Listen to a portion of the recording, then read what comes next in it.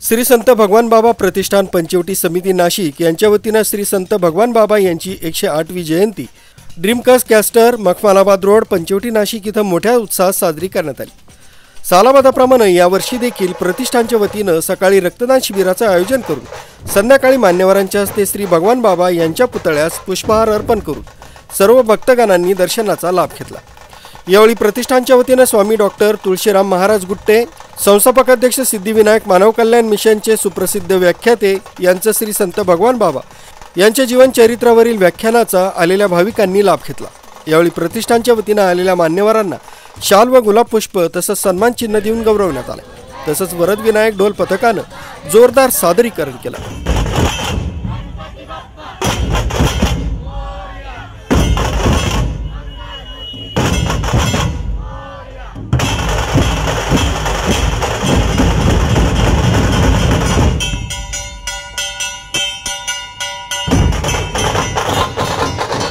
तसंच प्रतिष्ठानच्या वतीने महाप्रसादाचं वाटप करण्यात आलं।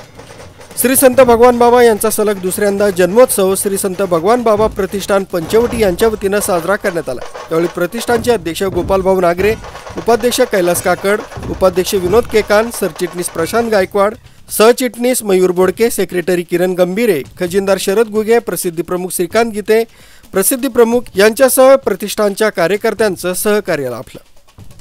संजय हिरे, अर्वाचीन महाराष्ट्र, नाशिक।